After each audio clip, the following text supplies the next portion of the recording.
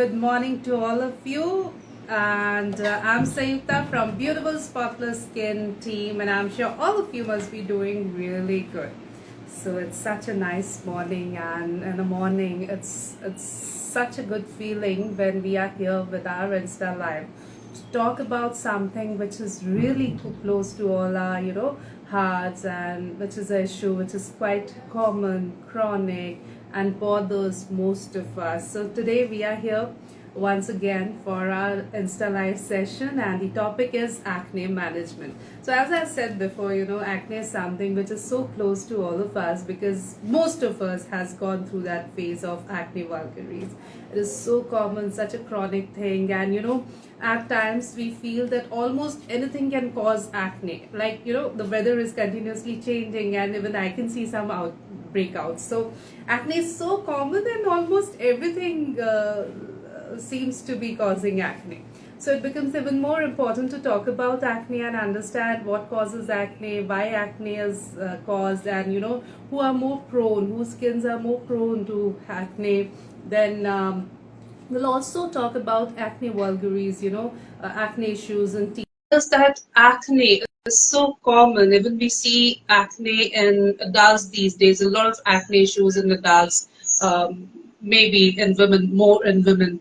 But then it becomes important to understand what to do and what not to do. Prevention is always better than cure. We have heard it a number of times. But then, what are the preventive measures that we can go for to take care of our acne? And how to make our skin more healthy, more glowing, more flawless, more spotless. So that's going to be our topic of today's discussion. And soon we are going to be joined by Dr. Asmita Jha, a renowned skin expert from Mulund, Mumbai. So, talking about Dr. Asmita Jha, she is a distinguished consultant dermatologist based in Mulund, Mumbai, with a robust 8 years of experience in the field. She holds an MBBS and an MD in dermatology, venereology, and leptology from Rajiv Gandhi University of Health Sciences, Karnataka. Dr. Jha practices at Dior Skin and Aesthetics Center, where she specializes in acne and scars, anti-aging treatments, and inflammatory skin diseases. Her expertise extends to advanced procedures such as dermal fillers, laser hair removal, microneedling, mesotherapy, profilo, lasers, threadlets, etc., etc. So today we are going to talk about acne management, and in case you also have some issues or any query related to acne management, please feel free to write to us, write in the comment section, and we will also try to take your question and the views of our skin expert on that. So today we are going to be joined by Dr. Asmita Jha, live from Mumbai, and talk about acne management. Now the problem with acne is, we are so obsessed in a way with home remedies or DIYs and so common these days. We also like to set it up. It's such a pleasant feeling to have you with us, Dr. Asmita Jha. A very warm welcome to you. Thank you. Good morning. Good morning, doctor. Today we are going to talk about acne and managing acne, acne management. And the problem is that acne is such a common chronic skin condition. Almost all of us has gone through that phase of acne vulgaris. So it becomes even more important, especially in this season, because due to weather change and all, we see more, breakouts. So, doctor, first of all, what is acne? Why it is caused? What causes acne? See, acne is an inflammatory condition. Inflammation means whenever you feel the skin is little sore or reddish or maybe bumpy, there internally some process is happening. That process is related to your oil glands or the sebaceous glands. Modification or occlusion in the sebaceous. So what people see as an open pore. Open pores are always supposed to be there. They just dilate because of excess of oil production. That open pore is the way through which the sebaceous, the oil glands produce the oil and send it to the skin. If that gets occluded, acne can show up. And the gland gets activated only after your puberty, when the hormones start developing properly. So they are related to the teenage. And earlier it was called that teenagers are supposed to get more acne. It will settle down eventually. But these days we have adult acne and lots of different varieties of acne. Cause in particular, it's certainly hormonal, but there are lots of triggers. So family history, genetics are other causes because of which people can have acne. Triggers are different from causes. Cause has to be there, like the base root. Triggers are more Yeah. related to when we are getting active flare ups. That could be makeup, that could be because of oil, that could be because of unhygienic skin condition. Sometimes cell phones, people don't realize that cell phones also Mm. irritate your skin, and around the cheek area, we can have more acne because of that. Scrubbing, using extreme harsh products, makeup. So there are lots of triggers as such. Right, and we always say that, prevention is always better than cure. And is there any way, doctor, we can prevent acne or have a more healthy skin, a good skin barrier? Yes. So, coming to the barrier part, see, people tend to ignore moisturizing when it comes to acne. They just think my skin is oily or combination. I should rather not moisturize. Yeah. But the thing is, moisturizer's purpose is different. And sometimes they are more like counteracting. You don't moisturize, your skin gets dry. Your oil glands will think that the skin is dry. I should produce more oil. So you're indirectly triggering more oil production and the cause of acne as well. Moisturizers and sunscreens are a must. They are like barrier protectors. Moisturizer, so it's Mm. like your skin is supposed to be like this, intact. But because of dryness, it's broken and chipped a little. So moisturizers will protect the barrier from outside also. Sunscreens, yes, UVA protection, but the type of creams we are using, the bases, it should not be oil based. Alcohol based products are not very healthy, and Mm. too much of creamy products are also not good. What people are buying lately over the counter serums Mm. and without doing Right. proper research. Yeah. Okay. As you said, moisturizing and sunscreen goes a long way in maintaining a good skin health, making a good skin barrier. Now, with sunscreens, also people have so many complaints or excuses for not using sunscreen on a regular, routine basis. Now, my question to you, Doctor, is that when we go out to buy a sunscreen for us, there are so many information written on the box or on the tube, right? So, Yeah. what are the basics to go for in case we have a oily or acne prone skin? Yes. Sunscreens for general population also what you have to check is sun protection factor, which is the Hmm. SPF. It SPF. should Yeah. be more than 30, and for Indians 30 to 50 is on an average good. Apart from that, there is one PA protection also, UVA protection. So PA also Hmm. around 3 plus should be good. So there will be a plus sign below at the bottle or the tube, whatever you are buying. That is in general for all the population. These two factors should be checked into, ticked into the fact. And apart from that, for oily skin, the bases matter. Very greasy and creamy sunscreens are not good for oily skin people. Towards the gel side, these days silicone or matte sunscreens are also coming and they are very famous amongst the youngsters. Gel or silicone based sunscreens are good because they're not making your skin very oily and moisturizer had done the purpose. So Yeah. moisturizer was protecting your barrier. You don't need extra moisturizer through the sunscreen also. But over the counter, if you're buying a product, choose a good brand, a decent brand with good profile in the market. And along with Hmm. that, just see to it that the sunscreen or the whatever the product you're buying should have a sensitive to normal skin or sensitive skin written over there. So they are Okay. usually safe for everyone. But gel-based products are to be preferred. Don't go for cream or Right. oil-based products. Yeah. Right. So sunscreens are very important. Then people, especially those who have oily skin or acne-prone skin, they tend to keep on cleansing their face again and again. They feel that if we can keep our skin oil-free, it will eventually lead to an acne face skin. What's your take on that, doctor? Is cleansing again and again throughout the day okay, or we need to restrict it to some numbers? Restriction is better. So normally I tell my patients if I don't trust their skincare routine, I just tell them wash it twice in a day with a cleanser. And apart from that, you can pat or dab your skin for excess of oil or water. But yeah, up to maximum of 4 rounds of cleansing you can go for if your skin is very oily. You know for sure it's getting dirty outside the pollutants and the grease. If it's bothering you, 4 is the maximum attempt. Some people say, I don't use cleanser so many times. I just keep washing my face with water. That is also not good. You're just removing excess grease from your skin, but it's not serving the purpose. You're not actually completely cleansing your face. So rather go with the cleanser, but wash it. Average and maximum is 4. Otherwise, too, if your skin is normal to oily, not very oily. And Fair cleansers enough. also need to be chosen properly. So cleansers, see if your skin is very oily, with salicylic acid based cleansers are good, but otherwise go for gentle cleansers because most of the acne treatment also have acids. Treatment or Mm. toners or the serums, whatever you're using, and people do use over the counter serums. They are Mm. drying your skin. Your sunscreen was not very hydrating, only the moisturizer is hydrating. If you keep on drying your skin a lot, your oil production might indirectly increase. Mm. Right.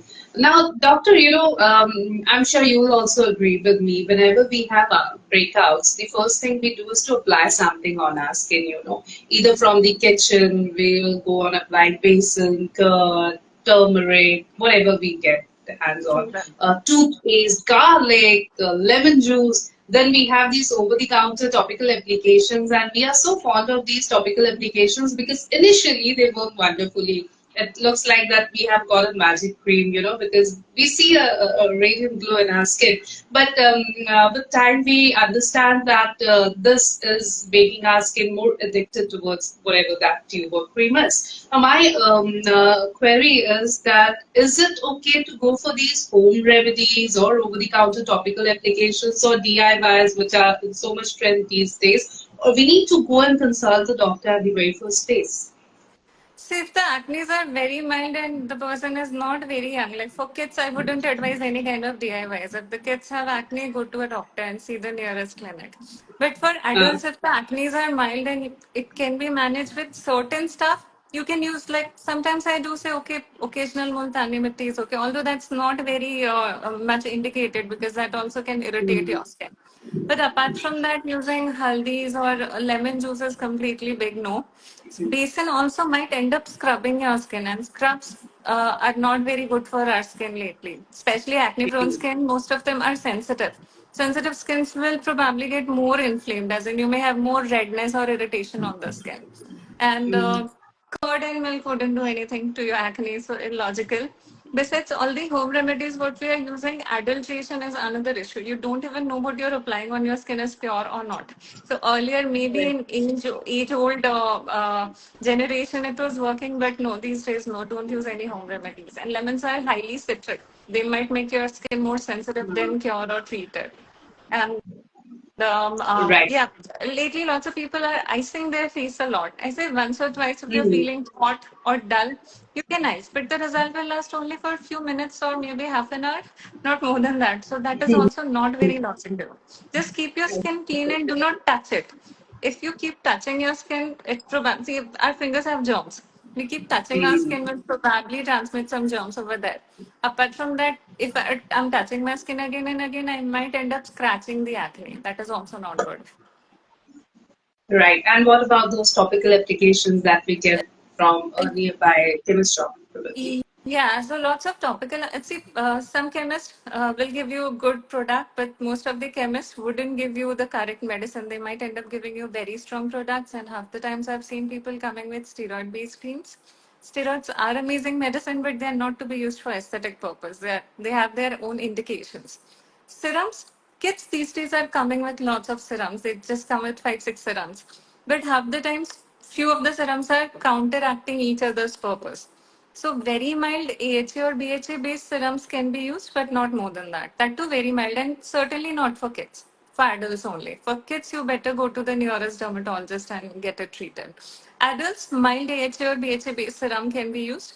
And for them, they can use salicylic based cleansers as well. But make sure your skin is not getting very sensitive or dry because people tend to think my skin is oily. In reality, the skin probably was a combination skin or sensitive with oily skin.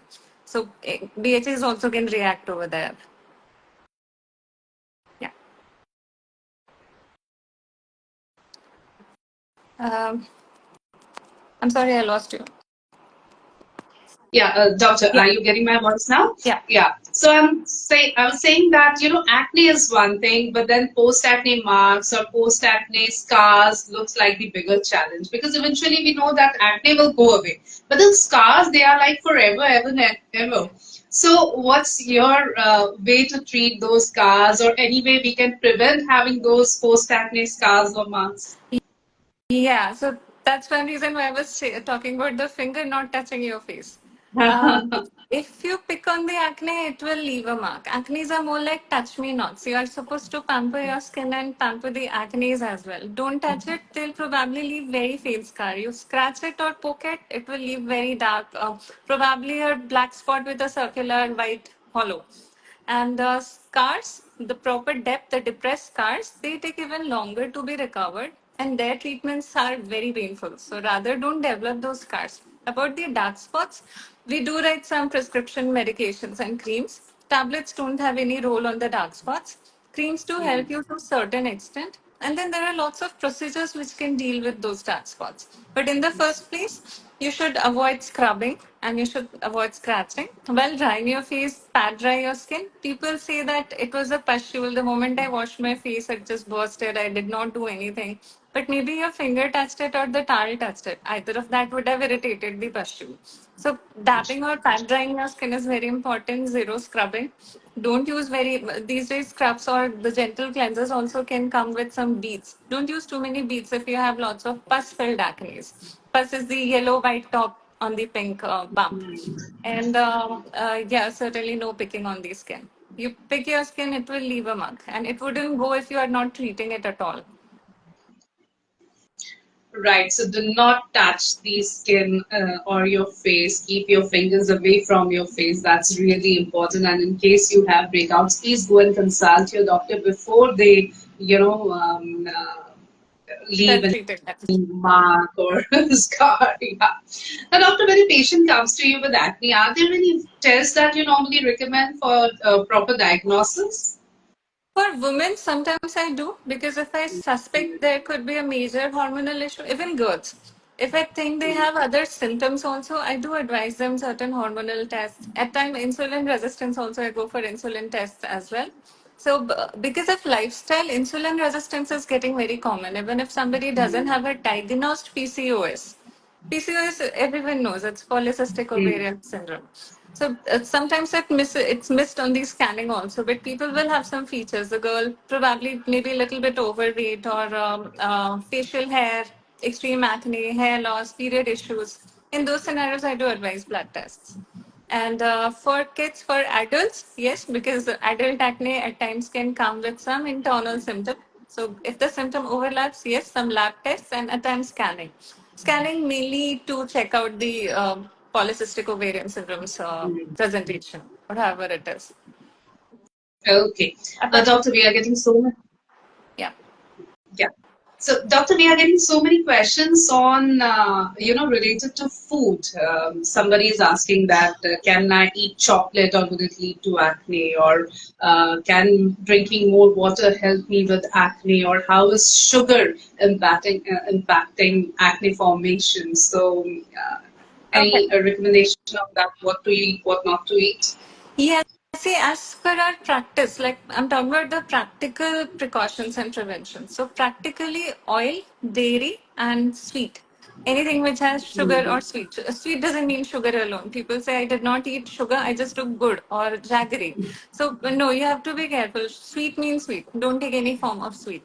And when it comes to chocolates, dark chocolates are comparatively safer and they're healthier in other aspects as well. But extreme, the milk chocolates or too frequently having chocolate is not good for your acne. See, indirectly or medically, I can say anything which a diabetic person should not have, even people with acne can ignore because all those food have high glycemic index. They indirectly gets you have lots of chemistry going on inside and they Hmm. indirectly gets burned into the hormonal side and triggered more acne. So, junk food, street foods, I advise people not to have them at all.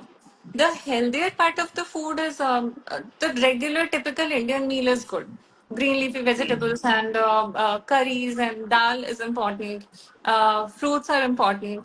If somebody has an insulin resistance, then I do advise them to because sometimes they come with some sugar fluctuation as well when we go for the test. So just for them, we advise not to have too sweet fruits. Like fruits have fructose, not sucrose, but very Hmm. sweet fruits like mangoes or chicos can give you acne at times.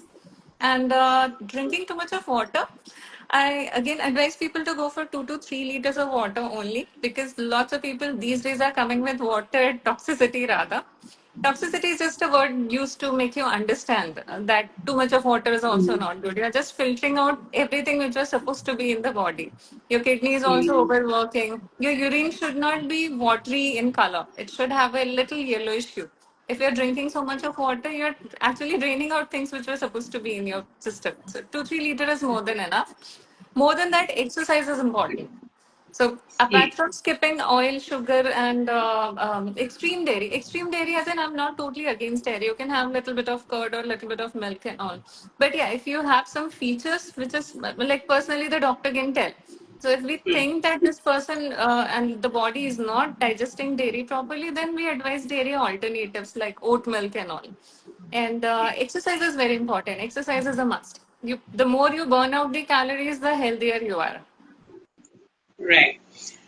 And doctor, because we are talking about acne, and people often ask, can I apply makeup on my acne? Many a times it's a necessity, it's a professional, thing. So, what's your advice on that? Uh, True that. So lots of people do come with a profession where you can't avoid makeup. So two things to be kept in mind. One, your makeup brand should be good. I'm not saying that buy very expensive or costly products, but Mm, make sure to do a makeup trial at the store first. Wait for a day and then go back and buy the product. There are certain brands which have good products, because one word you have to use is non-comedogenic products. Comedons are the blackheads and whiteheads. So products which are mm, not giving you blackheads and whiteheads uh, probably will give you less chances of acne. And right. second point is makeup removing. You have to remove the makeup every time you're putting it on, because sometimes it happens. People do say, I was exhausted, I was tired after a function, I Mm, was really tired, and brides also do that at times. But no, makeup removing is a must. You have to remove the makeup, apply, use a cleanser, apply the moisturizer, and if required, some serums if we have advised, or the creams. Too many mm, products are not good. So basically, cleanser, moisturizer is more than enough. But you have to remove the makeup properly. That is important. And they are all water resistant. So just by washing your face, makeup is not going to get cleansed. And okay. as much as possible, try avoiding extreme makeup. Like, don't use 5 6 layers of makeup. The basic Ah. makeup is okay. Yeah. Right. And after, because it's monsoon time in most part of our country, and it's raining, humid, and weather is continuously changing. Fungal infections are also at rise, and many times we see a lot of breakouts in this season due to, the weather change, etc. So, how to prevent that? How to take care of our skin, especially during this weather? Yeah.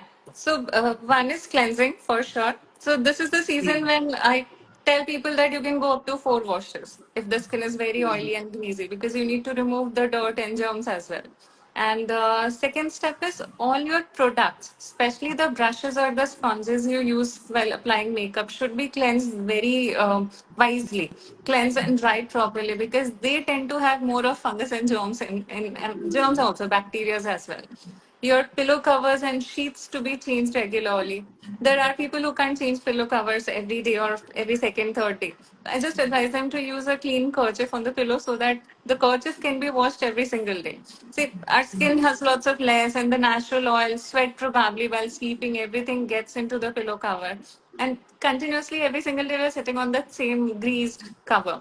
That also can give you more triggers. So people come with more acne on the cheeks when it's because of the contact. It could be your cell phones or pillow also. Yes, you have to clean your cell phone displays also regularly, and try not to completely stick the phone to your cheeks, because that contact also gives you germs.